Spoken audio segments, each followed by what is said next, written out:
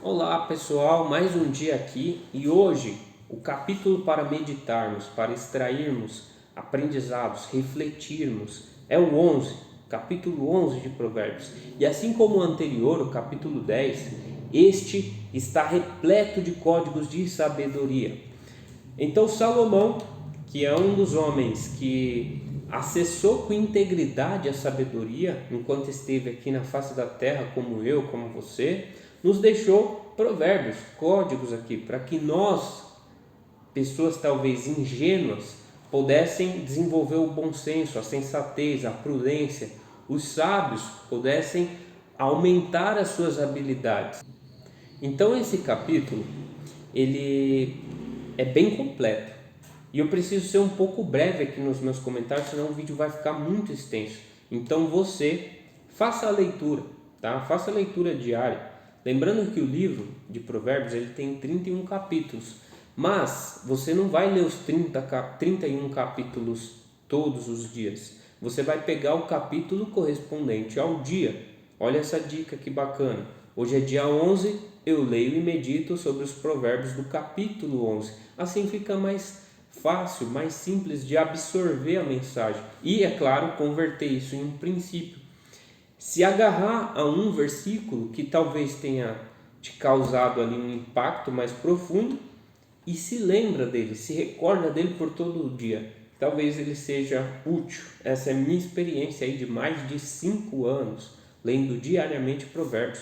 E o quanto que eu me encanto, tá? E por mais que isso seja repetitivo, galera, é incrível como, dependendo da situação, da relação, talvez de uma decisão que eu tenha que tomar durante o dia, provérbios vem como uma luva, vem como a mensagem, como o conselho, como a instrução para que eu tome a decisão mais assertiva. Certo? Então vamos lá. Sem mais delongas. Versículo 1. Deus ele detesta a balança falsa, mas gosta do peso justo. Então o próprio Deus ele é justo, ele é íntegro, ele é a justiça pura e verdadeira, assim como a verdade. Então a balança aqui de forma simbólica, ela nos traz uma mensagem. Eu vou pegar um exemplo que é clássico só para facilitar o entendimento. Imagina um comerciante e esse comerciante ele tem uma balança para pesar um legumes ou uma fruta. Só que o legumes ou a fruta tem um preço X. E aí ele vai lá e programa a balança para que ela pese além. Assim ele tem uma vantagem financeira sobre a pessoa. Isso é um exemplo de balança falsa. E Deus ele detesta esse tipo de comportamento. Eu vejo hoje muitas pessoas criticarem a política e o político como um todo, rotulando como corruptos, né? Mas esse é um típico ato de corrupção. A diferença é que o político que está lá sobre o poder, sobre o governo do estado, a direção do país, a prefeitura, enfim, ele tem acesso a muito. Só que você talvez tenha acesso a pouco e todos os dias você tem a oportunidade de ser justo. Então aqui está a mensagem: seja justo. Deus ele detesta a balança injusta, a pessoa que quer ganhar vantagem sobre a outra. E é claro, essa pessoa ela não vai muito longe. Ela vai em algum momento cair na própria ruína. A gente vai ver aqui na sequência, tudo bem? Depois da soberba vem a desonra, mas com os humildes está a sabedoria. Esse trecho aqui, ó, versículo 2, é perfeito para comentarmos a respeito do episódio que aconteceu, que viralizou na internet, né? O entregador, se eu não me engano, do iFood, ele acaba sofrendo uma humilhação por parte de uma pessoa, né, que se rotulava como superior, como o bonzão. Enfim, olha que interessante esse versículo, como cai muito bem para esse episódio, que já é do conhecimento de quase todos aí. Depois da soberba vem a desonra. Então aquele homem, ele foi soberbo ao se achar superior ao rapaz, simplesmente pelo fato de estar morando em um condomínio, né, de classe média alta, Então ele se sentia superior pelo rapaz, pelo fato dele ter uma profissão mais humilde, que é entregar, esquecendo-se que todos nós temos a nossa importância. Se não fosse o trabalho dele, por exemplo, ele não teria a oportunidade de comprar um alimento no conforto da sua casa, que esse alimento chegasse pronto, quente, enfim. Todos nós temos uma parcela de contribuição para a sociedade como um todo. E aonde que eu quero chegar? Aquele homem é o exemplo perfeito da soberba que desonra. Mas olha só, com os humildes está a sabedoria. Qual que foi o comportamento do rapaz? Louvável, né? O Mateus foi a humildade. Embora ele estivesse sendo humilhado, ele teve humildade. E ele não recuou, ele teve pulso firme. Ele enfrentou, ele confrontou, na verdade, usando ainda da educação, se direcionando com palavras educadas, Senhor, enfim, dá para ouvir ele falando no áudio, né? Enfim, onde que eu quero chegar? Esse rapaz, o Mateus, ele é um exemplo de sabedoria e de humildade. E quem tem a soberba, passa vergonha. Quem tem a soberba, em algum momento, vai cair em ruína. Tá? Então quem se sustenta, por exemplo, isso está em Provérbios também, na sua própria riqueza, em algum momento tropeça, e quando cair, essa queda ela causa um estrago grande. Tudo bem, pessoal? Então fica esse exemplo aqui para a gente entender o que é a soberba. Esse episódio é perfeito. Muito bem, vamos avançar. A riqueza é inútil no dia da ira, mas a justiça liberta da morte. Então a ira é como se fosse a prova, ou como se fosse a cobrança também da injustiça praticada. Então quem pratica a injustiça constantemente, em algum momento é cobrado, tá? Isso causa morte. E a morte que eu falo aqui é da alma, é da identidade, é da essência da pessoa. E quando isso acontece, a pessoa vive como um zumbi, o corpo governando sobre as vontades. E isso, é claro, não pode dar resultado bom. Então a mente, que é a alma, tem que tomar governo sobre as vontades do corpo, tá? Tem que praticar justiça, para que você tenha dignidade, para que você tenha a honra. Tudo bem? Olha só, vamos aqui, ó. A integridade guia os retos, mas a perversidade arruina os traidores. Então a integridade, como eu coloco aqui no meu entendimento, é a harmonia em todos os setores da vida, tá bom? Então isso é como se fosse uma guia para quem anda na retidão, nos princípios e nos valores aqui transmitidos. Só que quem é oposto a isso, pratica e maquina a perversidade e é arruinado pelos traidores. Você acha mesmo que uma pessoa que tem esse tipo de comportamento injusto, soberba, arrogância, ignorância e etc., que a companhia dela não é igual a ela? Ou você acha que é diferente? Só pode ser igual. E pelo fato dela andar com pessoas injustas, essas mesmas companhias dela vai colocar ela em ruína, vai trair ela. E pela injustiça ela paga esse preço de alguma forma. Então vamos lá. A justiça aplana o caminho dos íntegros, mas o injusto ele cai por injustiça. Então a integridade tem a ver com a harmonia em todos os setores da vida. Perfeito. Então quem tem essa integridade tem um caminho mais plano. Significa que mesmo os desafios que essa pessoa precisa superar se torna agradável, se torna talvez divertido. Agora, já o injusto, ele cai por injustiça, a injustiça que ele mesmo praticou, e quando ele toma um pequeno tropeção, às vezes o desafio dele é pequeno, mas ele cai, e ele cai para fazer um arrebento. Por quê? Porque ele não tem uma base sólida como o justo. Isso é muito simples. Isso também reflete a lei da causa e efeito. Tudo bem, pessoal? A justiça, ela salva os retos, mas os traidores são apanhados na própria cobiça. Então a justiça, ela salva as pessoas que têm a retidão nos princípios, que indiferente da situação, da circunstância, vai fazer como Mateus fez, né?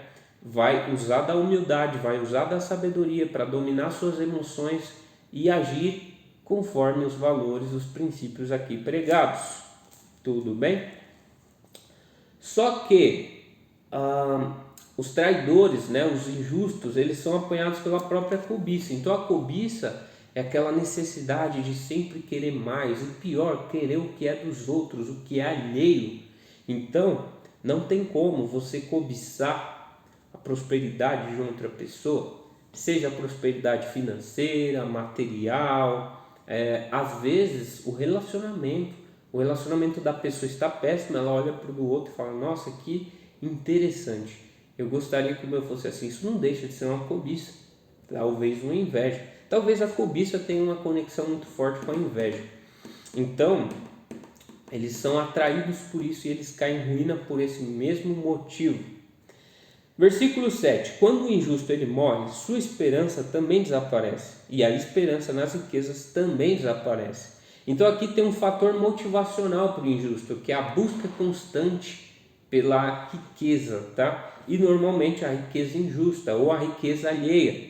Porque o injusto, ele sempre quer o que é mais fácil, né? Ele não quer construir, ele quer o que é mais fácil. Isso tem a ver com a preguiça também. Então olha só, então a esperança dele desaparece junto com ele. É como se fosse o vento. Quando ele morre, ele não é lembrado. Às vezes ele é até um alívio para a sociedade. É até pesado falar dessa forma, mas é um fato. Tudo bem? Então vamos lá. O justo escapa do aperto. O injusto cai no lugar dele. Então o justo, ele está plantando uma coisa boa, não tem como ele colher uma coisa ruim. Já o injusto, ele está plantando coisas ruins. Então é fato que ele vai colher coisas ruins, né? Então é ele que cai no aperto, né? E esse aperto pode ser muitas coisas. Pode ser aperto financeiro, pode ser aperto moral, pode ser uma vergonha, pode ser muitas coisas que ferem a identidade dele. Versículo 9. O injusto arruina o próximo com a boca, mas os justos se salvam pelo conhecimento que possuem. Então o injusto, ele constantemente está proferindo palavras improdutivas, inconstrutivas, pessimistas. Já o justo, ele se salva pelo conhecimento. E aqui tem um código precioso. O conhecimento, ele liberta. Lembra, o próprio Jesus deixou a mensagem: conheça a verdade e a verdade vos libertará. Libertará do quê? Dessa alienação de um sistema que quer te ver consumista, que quer te ver com problemas emocionais, para que você consuma ainda mais bens, caia em dívidas, e isso prejudica às vezes outras coisas. Um sistema que quer prejudicar a família tradicional, um sistema que não quer mais você, eu ou outras pessoas falando a respeito de Deus. É incrível quando se fala de Deus, como eu tenho feito aqui, como se levanta pessoas para criticarem. Isso não me abala, muito pelo contrário. Eu converto isso em energia para que eu leve a mensagem para outras pessoas.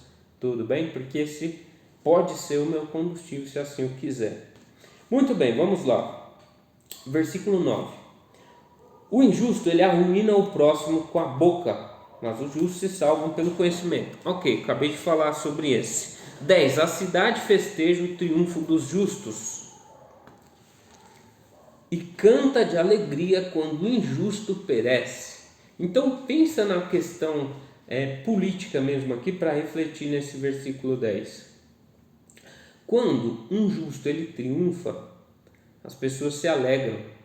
Já quando o injusto ele perece, né, ele caiu na própria armadilha que ele criou, a cidade até festeja isso, né? Por quê, pessoal? Não tem como. Aquilo que você planta, você colhe. Um político, por exemplo, ele tem uma missão, na minha visão, ele tem que criar um bem coletivo. No entanto, o que ele faz? Ele deixa com que a cobiça, com que a corrupção se aposse dele. E eu não posso falar por todos os políticos, porque eu não conheço com intimidade, tá? Mas Eu sei que a política também é um reflexo da sociedade. Então pensa comigo, se uma parte mais massiva da sociedade é corrupta, como no exemplo inicial lá da balança injusta, e pratica a incorrupção no pouco, o político ele só representa no muito o espelho da sociedade, da massa da sociedade. Se você não se identifica com isso, fico muito feliz. Isso significa que você é uma pessoa de justiça, uma pessoa que anda por princípios, como aqui eu prego através da interpretação do livro de Provérbios, tudo bem? Então, olha só, vamos avançar. Versículo 10. A cidade, ela festeja o triunfo dos justos. Então, quando o justo, ele governa, normalmente ele escancara a justiça, ele vai praticar a justiça, mesmo que tenha pessoas contra, né, a sua obra. Beleza, pessoal? Versículo 11.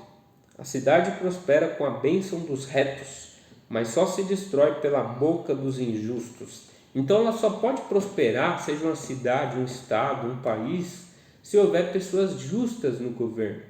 E mais uma vez, o governo, a política, o político é um reflexo da massa da sociedade. Tudo bem?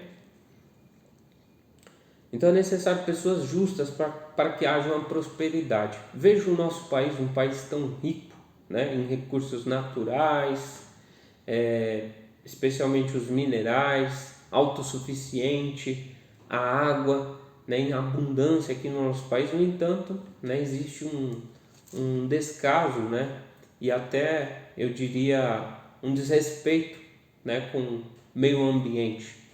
Enfim, mas isso não é uma responsabilidade de uma pessoa, de uma empresa, de um estado, é de todos. Se cada um começar a fazer a sua parte, a gente começa a avançar. E aí a gente pode se tornar talvez a maior potência desse mundo. Eu acredito nisso. Muito bem, vamos avançar. Quem despreza o próximo não tem bom senso, e o homem prudente guarda o silêncio. Então, olha só o momento desafiador que a pandemia gerou praticamente para todos, né? Sem exceção. Então, não há como desprezar a injustiça da desigualdade. Por exemplo, em alguns momentos, talvez agora, tenha pessoas passando fome, tenha pessoas que não têm dinheiro para pagar um aluguel, algo do tipo.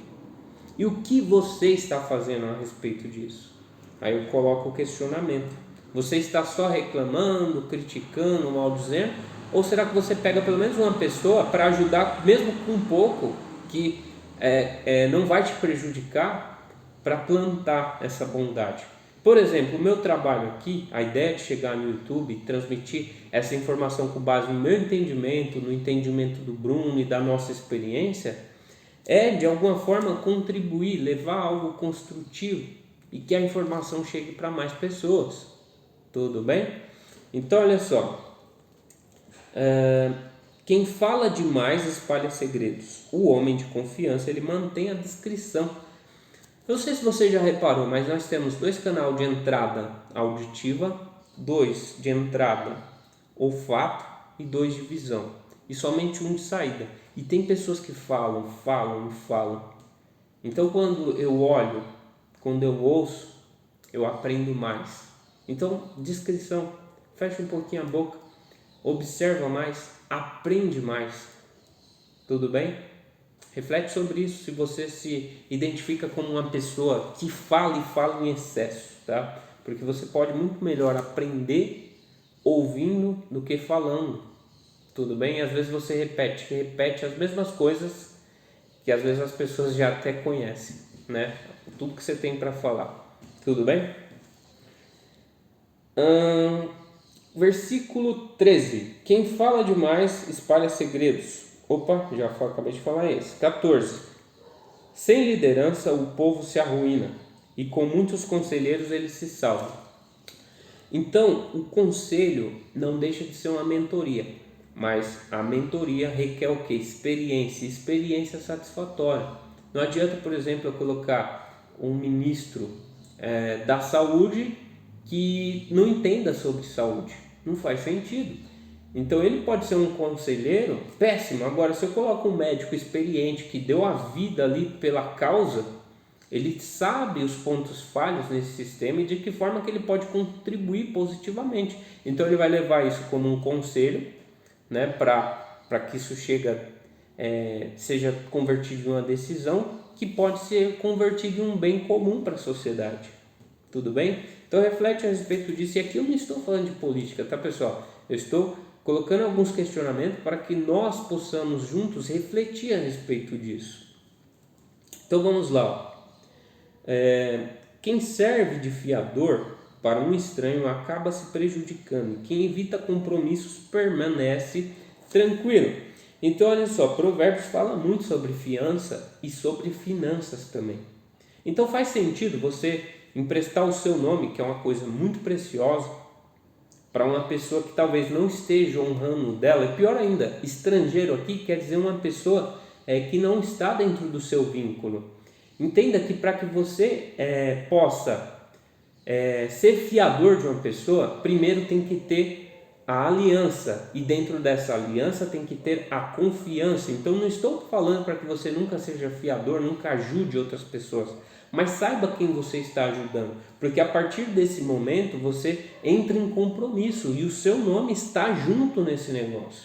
Então ele deve ser honrado, esse compromisso deve ser honrado. Se você não confia nessa pessoa, você assume esse compromisso, percebe? Então se você dá valor, assim como eu, para o seu nome, você vai levar isso a sério, isso não é uma brincadeira.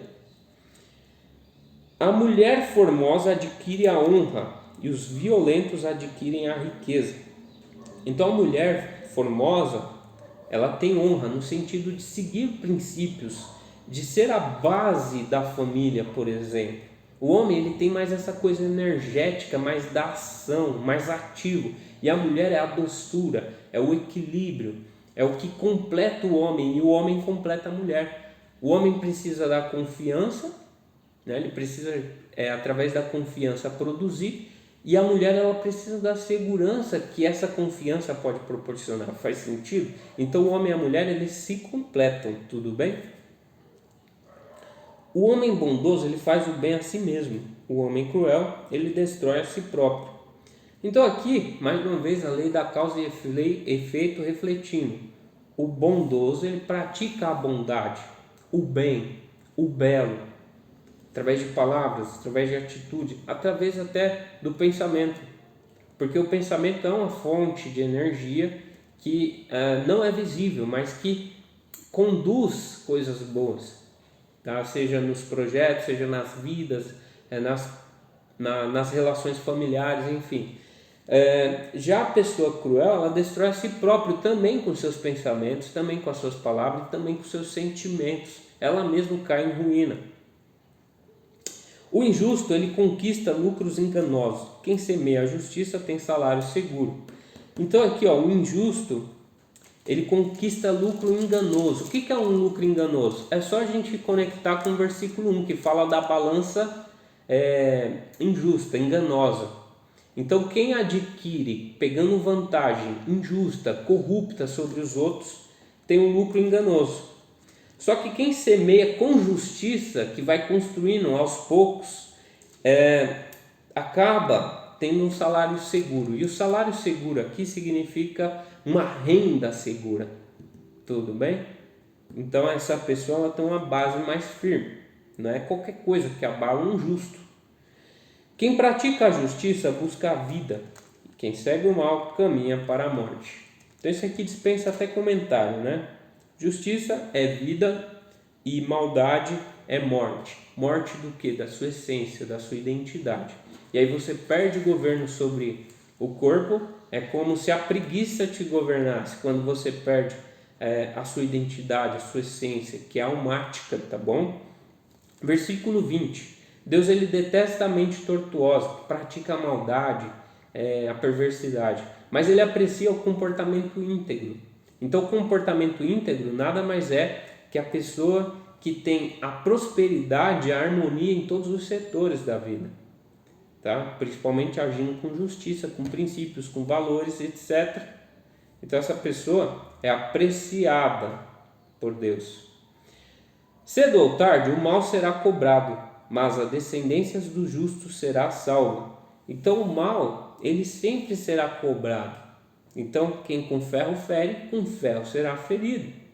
É simples isso. E olha que interessante o versículo 22. Anel de ouro em focinho de porco é a mulher bonita, mas sem bom senso. Eu acho muito precioso esse versículo. E ele não serve só para os homens, ele serve para as mulheres também, tá? Os dois gêneros, masculino e feminino. Porque assim como há o homem imoral, há também a mulher imoral. Então olha só, o meu cérebro, o meu corpo, quando ele vê uma mulher insinuosa, uma mulher que mostra além do que deveria, né, do corpo, que tem comportamentos reprováveis com base nos meus princípios e reprováveis para mim, tá? Não estou falando para a sociedade, para mim.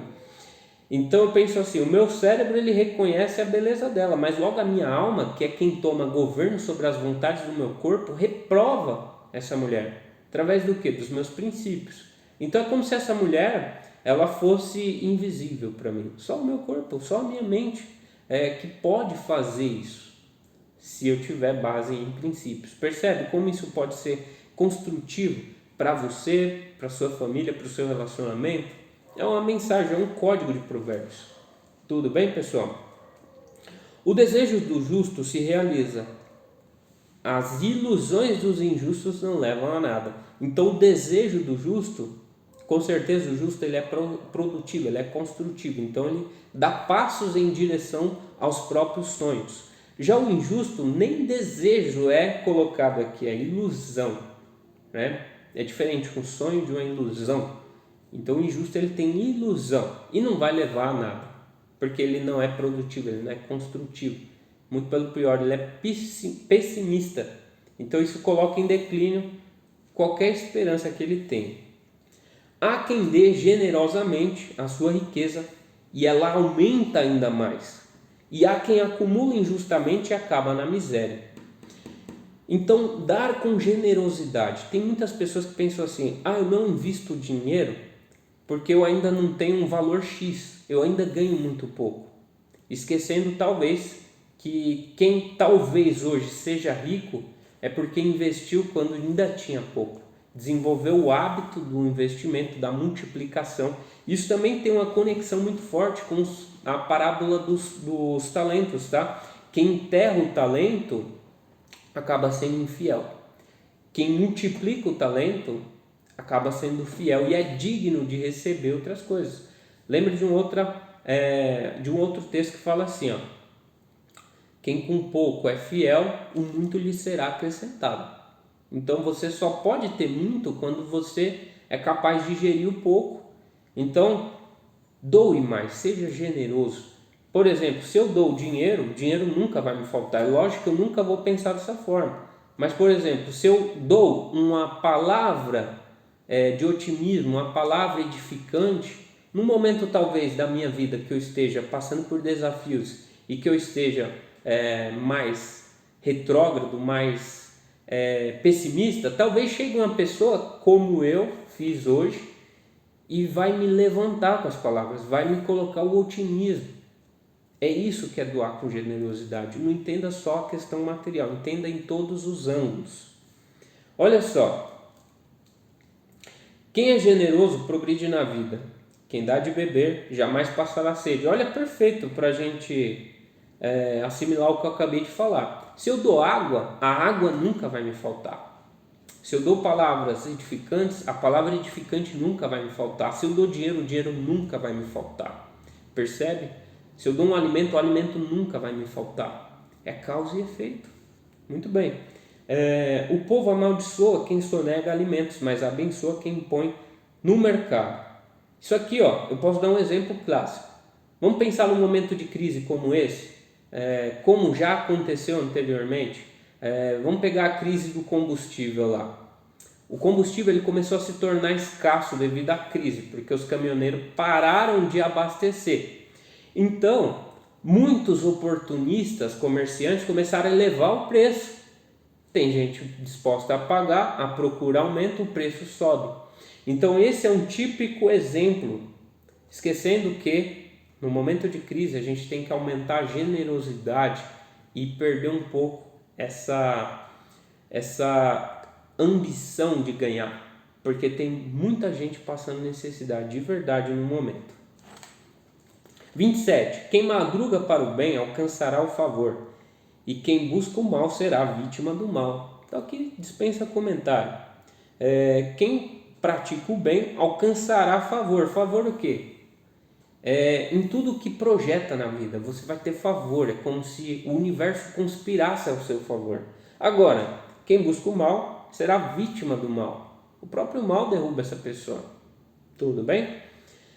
Quem confia na própria riqueza murchará, mas os justos brotarão como folhagens. E aí eu faço uma conexão novamente com o versículo 2, que fala da soberba, o exemplo lá do episódio que ficou famoso aí, que viralizou na internet, né? O Mateus e o rapaz lá que faltou com muito respeito, né, em relação à pessoa dele. Então olha só, aquele rapaz, que eu nem sei o nome dele, nem me interessa, ele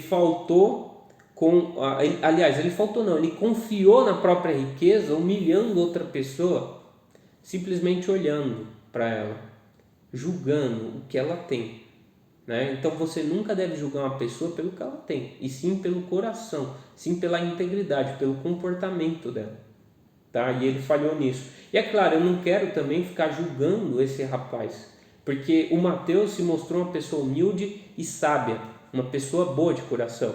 Quem está precisando de ajuda de verdade é aquele rapaz, aquele soberbo que agiu de uma forma extremamente reprovável, mas é ele que precisa de ajuda, né? Então não adianta a gente ficar só criticando, a gente tem que praticar o bem, tem que levar a bondade, senão nós estaremos fazendo como ele, não é verdade? Então, quem cria desordem em casa terá vento como herança, e quem não tem juízo será escravo de quem é sábio. Então, se você não governa, você é governado. E quem cria a desordem, e aqui está falando da família, da casa, tem a herança como vento. A própria pessoa vira vento, não é verdade? Porque ela jamais será lembrada. E talvez, se for lembrada de uma forma muito... como que eu posso colocar aqui? Muito reprovada, tá bom? E para finalizar, pessoal, desculpa a extensão, tá, do Provérbios, e acredito, eu estou tentando resumir o máximo que eu posso. O fruto do justo é árvore de vida, e o sábio, ele cativa as pessoas. Então o fruto da justiça traz árvore de vida. A árvore é uma própria representação da vida, porque ela está lá, inerte, mas ela tem vida. Ela consegue sugar os nutrientes da terra e nutrir as suas folhas, a sua coloração, talvez o seu fruto. Tudo bem? Então o sábio, ele cativa as pessoas através da justiça e da própria vida.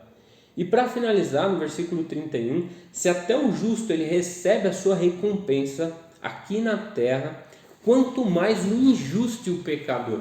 Então, tanto o justo que planta a bondade, né, a beleza, etc., a sabedoria, ele vai colher isso na vida como um fruto. Já o injusto, ele planta a maldade, ele planta a discórdia, a mentira, etc. Então não tem como, ele vai colher algo improdutivo na vida dele também. Beleza, pessoal? 33 minutos aqui para finalizar. E se você ficou comigo até agora, é porque você está curtindo esse conteúdo. Então, para ajudar a promover, curte, comenta aí o que você está achando desse nosso trabalho aqui baseado em provérbios e compartilha para as pessoas que talvez faça sentido para você. Beleza? Obrigado e até o próximo capítulo.